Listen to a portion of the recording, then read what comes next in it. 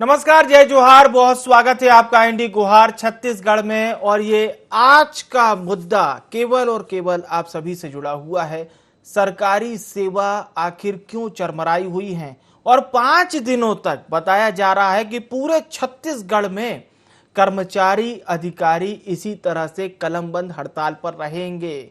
जिस पहले दिन की जो तस्वीरें हमारे सामने आई है वो देखकर समझ में आया कि छत्तीसगढ़ में अधिकारी कर्मचारी किस तरह से अपनी बात मनवाने के लिए आतुर हैं। अधिकारी कर्मचारी 5 दिवसीय कलमबंद हड़ताल पर चले गए हैं। कोई काम नहीं होगा।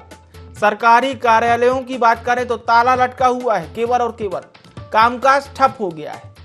अब इसका जो असर है वो स्कूलों में भी दिख रहा है। स्कूलों में भी ताला लग गया, बच्चों को वापस लौटना पड़ा, जनता को परेशानियों का सामना करना पड़ रहा है। वहीं कर्मचारियों की हड़ताल की गूंज विधानसभा में भी सुनाई थी। मामले को लेकर विपक्ष ने सरकार की घेराबंदी की। विपक्ष का कहना था कि इस मुद्दे पर स्थगन लाकर चर्चा कराई जाए। वहीं सरकार ने कर्मचारियों की 5 दिनों तक हड़ताल को अनुचित बताया है। तो आज क्या गुहार इसी बात पर कि कर्मचारी हड़ताल और सदन में बवाल। उससे पहले सुनते हैं पक्ष विपक्ष के नेता क्या कुछ कह रहे हैं इस हड़ताल पर।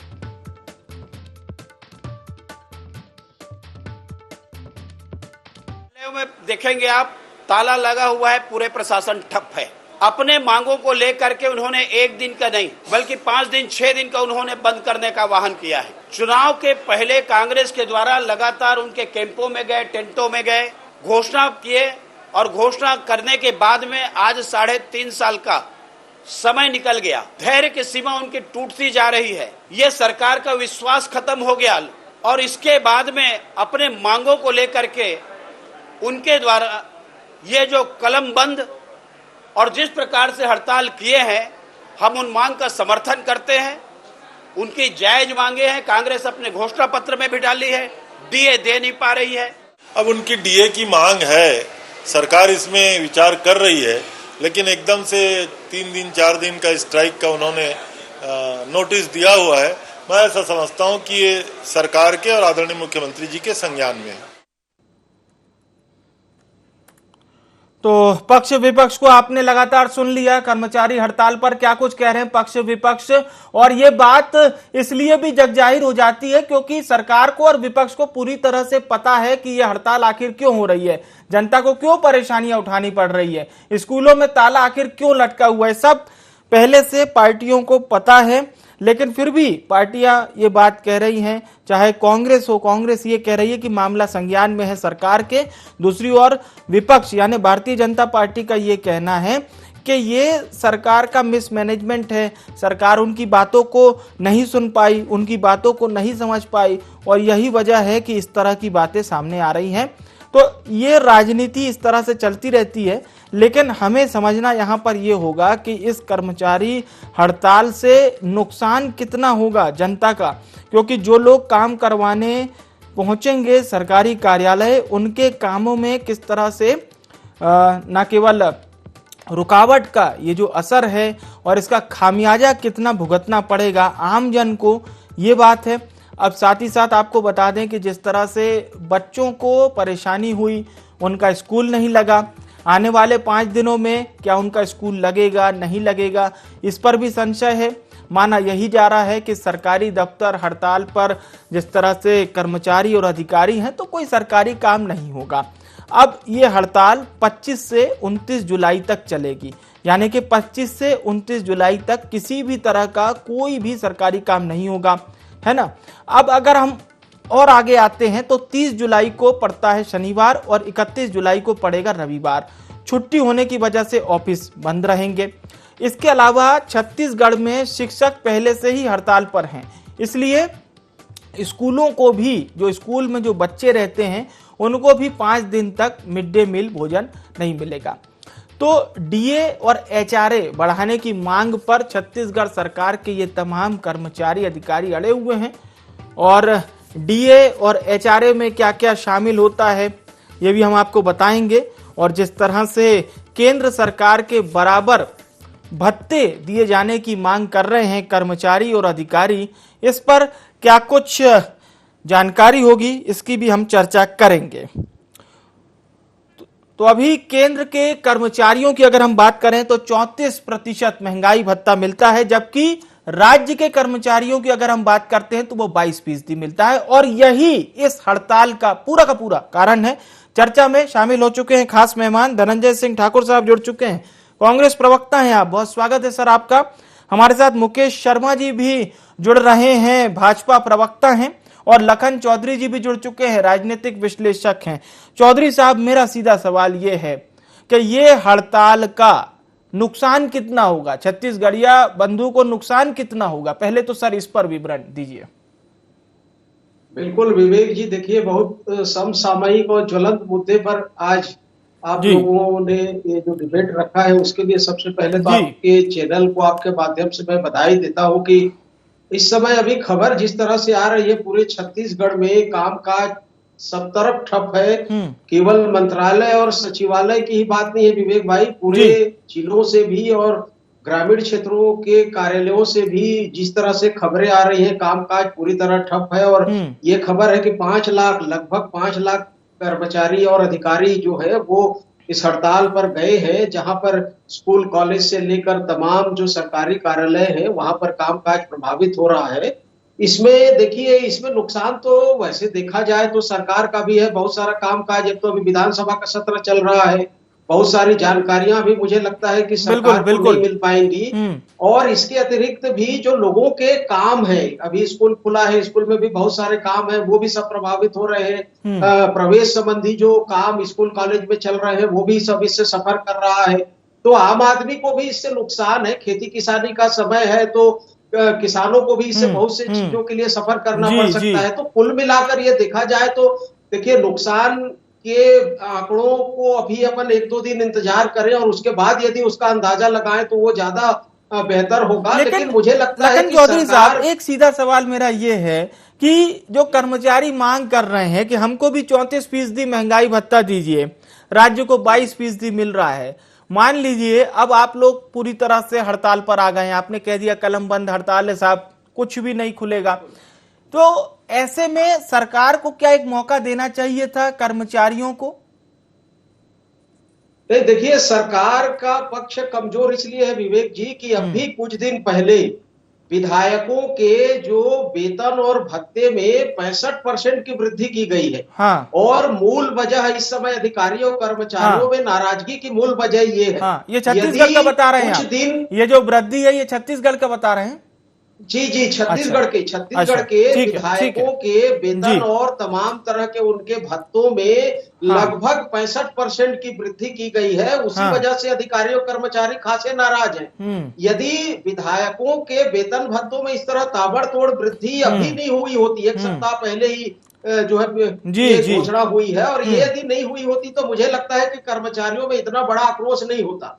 तो सरकार को इसको विधायकों के वेतन वृद्धि को थोड़ा सा इंतजार करना चाहिए था, और कर्मचारियों का भी साथ में बढ़ाना चाहिए था। तो कर्मचारियों की यही मांग है कि जब जनप्रतिनिधि होकर इस तरह ताबड़तोड़ वृद्धि वो करना चाह रहे हैं तो फिर जो अधिकारियों कर्मचारियों का फिर क्यों नहीं, क्योंकि महंगाई जिस तरह बढ़ रही है। देखिए, जीएसटी 5% बढ़ने के बाद और महंगाई आज इतना बेहाल कर चुकी है आम आदमी को, सरकारी कर्मचारियों को, छोटे कर्मचारियों को खासकर।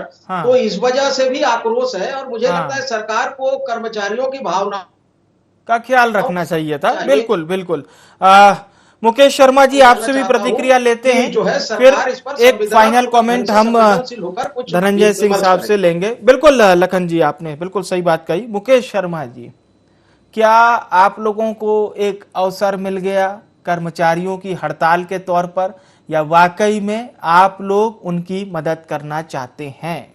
पिछले 10-15 दिनों से कर्मचारी ये बता चुके थे कि हम 25 तारीख से हड़ताल पे जा रहे हैं। तो ऐसी स्थिति में सरकार के प्रतिनिधि को आके बातचीत करना चाहिए था ताकि जनता को असुविधा ना हो जी। तो कहीं ना कहीं सरकार संवेदनशील नहीं है। हाँ। और सरकार में चिंता तो तब होती कि सभी वर्ग के लोग संतुष्ट नहीं है। आप देखिए, ये धरना स्थल है वो छोटा पड़ने लगा है जब से ये सरकार आई है। तो कहीं ना कहीं छत्तीसगढ़ के अंदर में कर्मचारी असंतुष्ट है। इसको लेके सरकार कभी भी गंभीर दिखी नहीं है।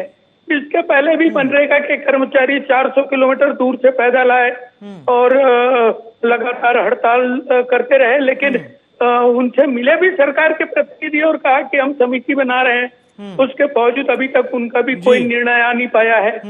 तो कहीं ना कहीं ये सरकार हर मोर्चे पे फेल होते दिख रही है। दूसरे तरफ अराजकता का माहौल है, बलात्कार, चाकूबाजी और लूट ये सब बढ़ रहे हैं। तो सरकार कर क्या रही है? कहीं ना कहीं सरकार की प्राथमिकता समझ में नहीं आ रही कि वो क्या करने जा रहे हैं। इतना बड़ा जनादेश मिला है और जनता संतुष्ट नहीं है, कर्मचारी संतुष्ट नहीं है, तो सरकार को नैतिक अधिकार नहीं बनता है कि बने रहने का। ऐसी स्थिति कभी भी और की सरकारें रही लेकिन कभी बनी नहीं है। तो लगातार इतना दिन तक, और कुछ सरकारी कर्मचारियों के संगठन तो ये कह रहे हैं कि हम 5 दिन बाद में भी अनिश्चितकालीन हड़ताल पे रहेंगे। लेकिन शर्मा साहब, लेकिन एक बात ये भी देखिए सर कि असंतुष्टि का जो सवाल है वो हर सरकारों में रहता है। रमन सिंह सरकार में भी असंतुष्टि बहुत करीब से हमने देखी। आप ये मत कहिए कि आपके समय में ऐसी असंतुष्टि नहीं देखी गई थी। जी, वहाँ के आसपास के व्यवसायी कहने लगे हैं कि इससे हमको असुविधा होने लगी, यह स्थिति तो कभी नहीं बनी थी। तो कहीं ना कहीं असंवेदनशील सरकार, गंभीर नहीं है सरकार कर्मचारियों को लेके, किसी भी वर्ग को लेके। ये जनादेश का सम्मान नहीं कर रहे हैं, कहीं ना कहीं ये जनादेश का अपमान है। यदि जनता और कर्मचारी सब असंतुष्ट है तो कहीं ना कहीं अपने आप को ये ठगे महसूस कर रहे हैं। धनंजय जी, अब आप जवाब दीजिए सर। देखिए, जिस प्रकार से कर्मचारी लोग जो मांग कर रहे हैं, उनके मांग में सबसे बड़ा मुद्दा है महंगाई।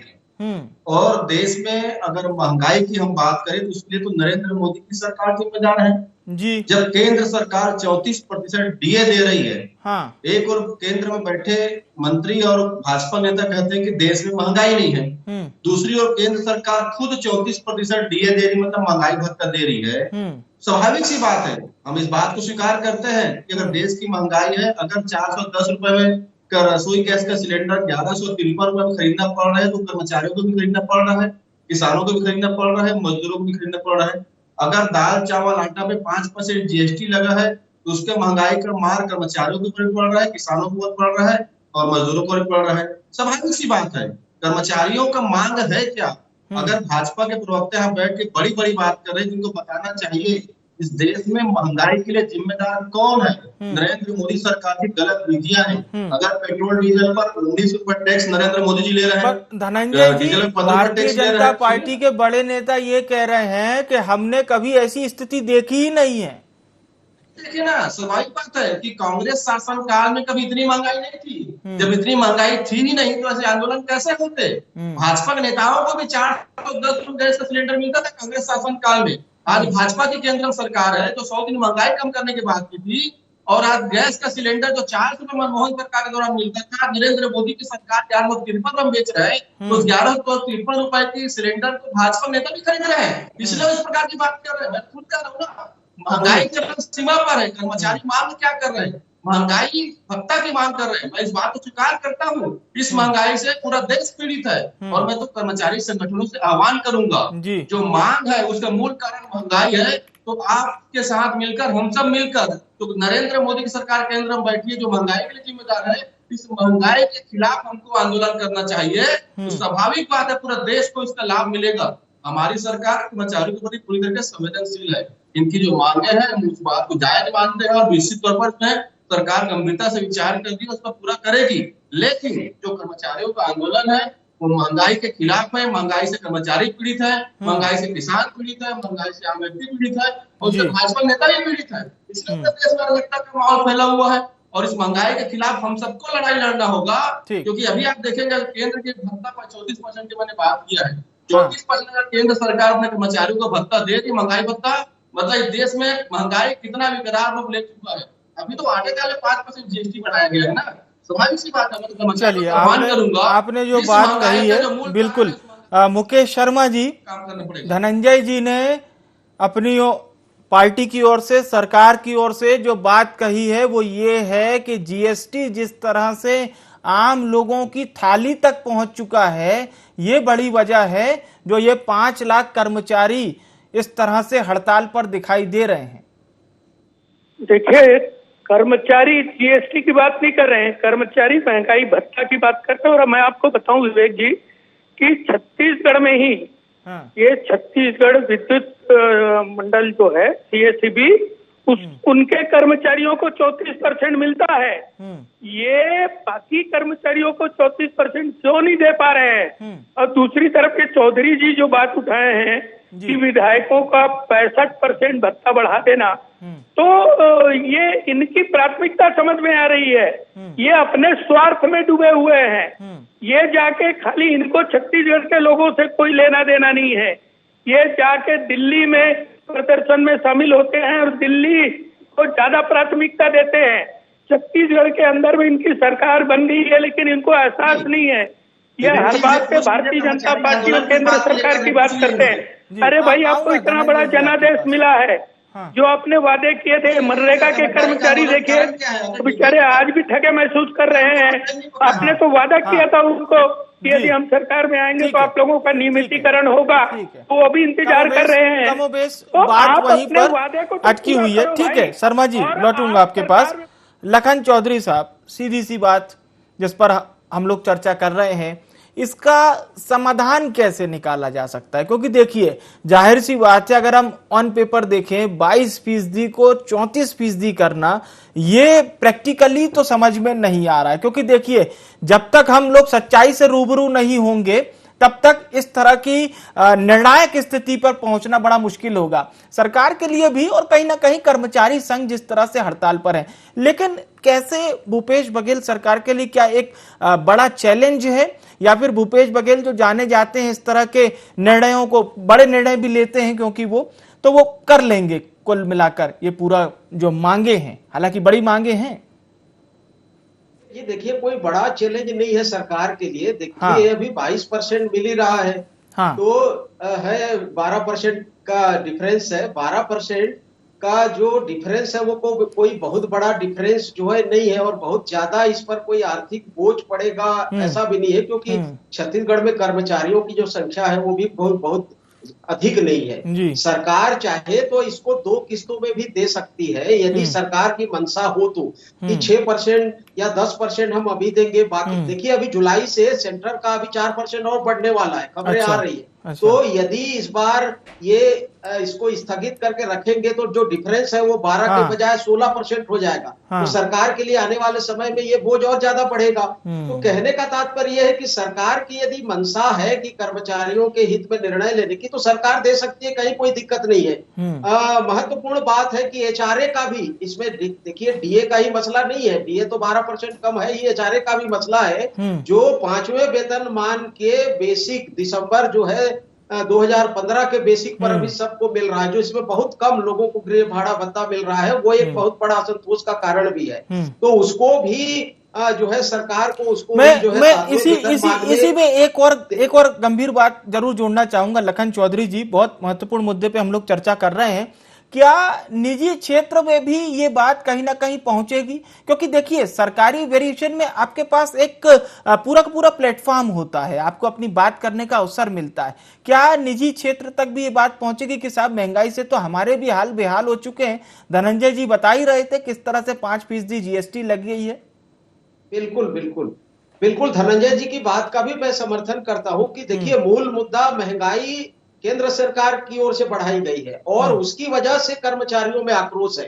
तो चूंकि राज्य सरकार के कर्मचारी हैं और उनको महंगाई झेलना पड़ रहा है, केंद्र सरकार के कर्मचारियों को इसी राज्य में काम करते हैं उनको 34% जो है भत्ता मिल रहा है, DA मिल रहा है। और जैसे कि बिजली विभाग में शर्मा जी ने बताया, और कई विभागों में, तो एक ही राज्य में आधे कर्मचारियों को जिनको अधिक सुविधाएं मिलती हैं उनको 34% का DA मिल रहा है, और राज्य सरकार के कर्मचारी जिनकी सैलरी ऑलरेडी कम रहती है उनको जो है 12% कम महंगाई भत्ता मिल रहा है। तो ये भी एक असंतोष का कारण है, असंतोष का कारण है। बिल्कुल। आपने निजी क्षेत्र का हवाला दिया, तो निजी क्षेत्र में देखिए समय समय पर वेतनमान बढ़ते रहते हैं, और निजी क्षेत्र इसमें कहीं कोई आवाज नहीं उठती और निजी क्षेत्र जो है इन सब चीजों को मानते एकजुटता होकर आवाज नहीं उठती। ये सही बात आपने कही कि इतनी एकजुटता नहीं है निजी क्षेत्र में, क्योंकि यहाँ पर कर्मचारियों के कई फेडरेशन है, अलग अलग विभागों के अपने अपने संघ बने हुए हैं। मुकेश शर्मा जी, क्या सर आप भी इस बात को मानेंगे महंगाई बढ़ रही है? ये बात भले ही देश के प्रधानमंत्री नरेंद्र मोदी ना कहें, लेकिन सर तब भी लोग महंगाई को महसूस कर रहे हैं, वो चाहे रायपुर में रहते हो, चाहे बलौदा बाजार में रहते हो, भोपाल में रहते हो या इंदौर में रहते हो, महंगाई से आम आदमी जूझ रहा है। विवेक जी, बहुत अच्छा प्रश्न है आपका। आप भी वरिष्ठ पत्रकार हैं, आप वैश्विक स्थिति देख रहे हैं क्या चल रहा है। आज महंगाई भारत में बाकी देशों से, यूरोपीय देशों से भी कम है। तो कहीं ना कहीं ये महंगाई का वजह हमारा आंतरिक नहीं है, ये अंतर्राष्ट्रीय मामला है। क्रूड ऑयल लगातार बढ़ रहे हैं, ट्रांसपोर्टेशन के लिए पेट्रोलियम का जरूरत पड़ता है, उसका रॉ मटेरियल क्रूड ऑयल है। शर्मा साहब बिल्कुल आप अपनी पूरी बात कीजिएगा सर, पूरा समय आपको, लेकिन एक चीज आपको भी पता होगी सर, सरकार इन्हीं सब के लिए तो अतिरिक्त इमरजेंसी कोष बनाकर रखती है, ताकि इस तरह की जब आपातकाल जैसी आप लोग स्थिति बता रहे हैं उस समय में सब्सिडी के तौर पर जनता को वो पैसा दिया जाए, जो कि हम देखते हैं लगातार इस तरह के फंड चाहे कोरोना में आए हों और ऐसे में भी आ जाते कि चलिए साहब महंगाई बढ़ रही है, 30 रुपए किलो आटा हो रहा है, तो क्यों ना हम एक सब्सिडी के तौर पर इसको फॉर्मूला को यूज करें, संसद में आए और बाकायदा देश के नाम बताएं। जी, कहीं ना कहीं जब 8 रुपए 9 रुपया लीटर पेट्रोल और डीजल का रेट कम किया गया, तो वही रिजर्व हमारा जो फंड था उसी से किया गया। तो केंद्र की सरकार तो हर मुद्दे पर और हर विषय को लेके गंभीर है, इसीलिए डीए दे रही है। और आपको बताऊं ये डीए हर वर्ष बढ़ता है कर्मचारियों का। ये सरकार आने के बाद में पिछले 2 साल से पेंडिंग करके रखे हुए हैं, इसलिए कर्मचारी ज्यादा आंदोलित है। मैं आपको बताऊं ये पिछले 2 सालों से पेंडिंग करके रखे हुए हैं। यदि ये लगातार जिस हिसाब से पहले भी बढ़ते आया वो बढ़ते रहता तो आज ये स्थिति नहीं बनती। कर्मचारियों ने काफी संयम का परिचय दिया है। उसके बाद भी 15 दिन से पहले से ये बोल रहे हैं कि हम हड़ताल में जाने वाले हैं, हम आंदोलन करने वाले हैं। पूछ लेते हैं राज्य क्या कर रहा है, केंद्र तो कर रहा है, ठीक है धनंजय जी, केंद्र तो जिस तरह से कर्मचारियों को राहत दे रहा है, मुकेश शर्मा जी बता रहे हैं, राज्य क्या कर रहा है? एक बात बताइए मुझे भी जी, मैंने कहा ना कि महंगाई, नरेंद्र मोदी निर्मित महंगाई से पूरा देश परेशान है। आपने केंद्रीय कर्मचारियों को 34% जो डीए दिया, स्वागत योग्य है, कर्मचारियों के ऊपर महंगाई का लोड नहीं पड़ना चाहिए। मैं क्या बोलना चाह रहा हूँ कि महंगाई भत्ता का अगर मांग कर्मचारी कर रहे हैं उसका मूल कारण महंगाई है। अगर भाजपा के प्रवक्ता यहाँ बैठ के कह रहे हैं कि महंगाई से किसानों को फर्क नहीं पड़ रहा है, अगर भाजपा प्रवक्ता यहाँ बैठ के ये कह रहा है कि मजदूरों से महंगाई का फर्क नहीं पड़ रहा है, अगर भाजपा प्रवक्ता यहाँ बैठ के कि आम व्यक्ति को महंगाई से कोई फर्क नहीं पड़ रहा है, तो मैं इस बात को सिरे से खारिज करता हूँ। आपने शासी कर्मचारियों को 34% डीए दिया, स्वागत योग्य है। क्या आपने किसानों को महंगाई में कुछ राहत दिया? क्या आपने मजदूरों को कुछ महंगाई में राहत दिया? क्या आपने आम जनता को महंगाई में कुछ राहत दिया? अगर छत्तीसगढ़ कर्मचारी महंगाई के खिलाफ सड़कों पर आंदोलन कर रहे हैं, इसलिए नरेंद्र मोदी की सरकार जिम्मेदार है। मैं कह रहा हूँ हमारी सरकार कर्मचारियों को मांग के प्रति संवेदनशील है। इसी तरह महंगाई से कर्मचारी पीड़ित है और हमारी सरकार इस पर गंभीरता से विचार करेगी, निर्णय मिलेगी। लेकिन जो मूल कारण है महंगाई, जिसके लिए नरेंद्र मोदी की सरकार जिम्मेदार है, और इस बात को स्वीकार भी किया है कि 34% महंगाई भत्ता दिया जा रहा है, मतलब 100 रुपए में 34 रुपए महंगाई भत्ता दिया जा रहा है। इतने महंगाई बढ़ा हुआ देश में 8 साल में, तो स्वाभाविक सी बात है। आज आटा पे जो 5% जीएसटी लगा है, आज 34% जो कर्मचारी वेल्युएशन की बात कर रहे हैं, उस 5% का भी तो डीए मिलना चाहिए ना कर्मचारियों को। केंद्र सरकार ने उनको 5% का जीएसटी बढ़ाया है, तो 10% डीए बढ़ा के कर्मचारियों, केंद्रीय कर्मचारियों को, क्योंकि नरेंद्र मोदी की सरकार की नीति में नहीं है कि देश की जनता को राहत मिले। मैं इस बात को कह रहा हूँ कि महंगाई से कर्मचारी पीड़ित है, हमारी सरकार उनके मांग के प्रति संवेदनशील है। लेकिन कर्मचारियों को उसमें आग्रह करूंगा कि जो आंदोलन कर रहे हैं उसमें आंदोलन में उनके मुद्दा शामिल करना चाहिए कि देश में जो पेट्रोल डीजल पर 19 रुपए टैक्स लग रहा है, रसोई गैस जो कांग्रेस शासन काल में 410 का मिलता था, 1153 खरीदने मजबूर है। जो आटा जो आजादी के बाद कभी टैक्स लिया था, 5 में जीएसटी लिया जा रहा है, दवाई 25% आपकी बात पर मैं मुकेश शर्मा जी से जवाब ले लेता हूँ। जी हमारी सरकार। मुकेश जी, आपने धनंजय जी को सुना, आप जवाब दे सकते हैं। मुकेश शर्मा जी आप बोलिए। विवेक जी, पहली बात तो मैं कांग्रेस के प्रवक्ता भाई को बताना चाहता हूं कि महंगाई बढ़ती है, इसलिए महंगाई भत्ता दिया जाता है। ये महंगाई भत्ता बढ़ने का स्वाभाविक प्रक्रिया है। कर्मचारियों का हर साल महंगाई भत्ता बढ़ता है, ये प्रक्रिया है। इसमें कहीं ना कहीं, और दूसरी बात, ये जीएसटी की बात कर रहे थे, तो जीएसटी सेल टैक्स का बदला हुआ नाम है, और इससे भी अधिक यूपीए के सरकार में सेल टैक्स हुआ करता था। ठीक है, आज आप उसी आइटमों को निकालिए। सर बिल्कुल समय खत्म हो चुका है। बहुत बहुत धन्यवाद आप सभी सम्मानित जनों का हमारे साथ चर्चा में शामिल होने के लिए। और चर्चा हो रही थी कर्मचारी हड़ताल की और उस पर हुए सदन में बवाल की, लेकिन बड़ी बात यह है कि फेडरेशन के अधिकारी कर्मचारी कलमबंद हड़ताल पर गए अवश्य हैं, पर इस हड़ताल पर जाने का मूल कारण क्या है? कांग्रेस ये कह रही है कि जिस तरह से महंगाई लगातार बढ़ती चली जा रही है वही इसका मूल कारण है। बीजेपी ने सवाल यह खड़ा किया था कि हमारे समय में कभी भी इस तरह की स्थिति देखने को नहीं मिली, आपके समय में क्यों मिली? कांग्रेस का यह कहना है कि हमारे समय में महंगाई इतनी नहीं बढ़ी, तभी अधिकारी और कर्मचारी आपके समय में महंगाई बढ़ने की वजह से इस तरह से सड़कों पर आ गए। लेकिन 5 दिन की हड़ताल है, छत्तीसगढ़ के तमाम जिलों पर इसका असर साफ तौर पर देखने को मिल रहा है, विभागों पर असर देखने को मिल रहा है। और सीधा असर किस पे पड़ रहा है? आप पर पड़ रहा है, जनता पर पड़ रहा है। सवाल यह कि सियासत में जनता आखिर कब तक पिसती रहेगी और केंद्र राज्य क्या कोई अच्छा और निर्णायक फैसला लेंगे जिससे महंगाई का ये जो डबल डोज है वो जनता तक ना पड़े। आईएनडी गुहार में इतना ही। मुझे आने विवेक को दीजिए इजाजत। नमस्कार।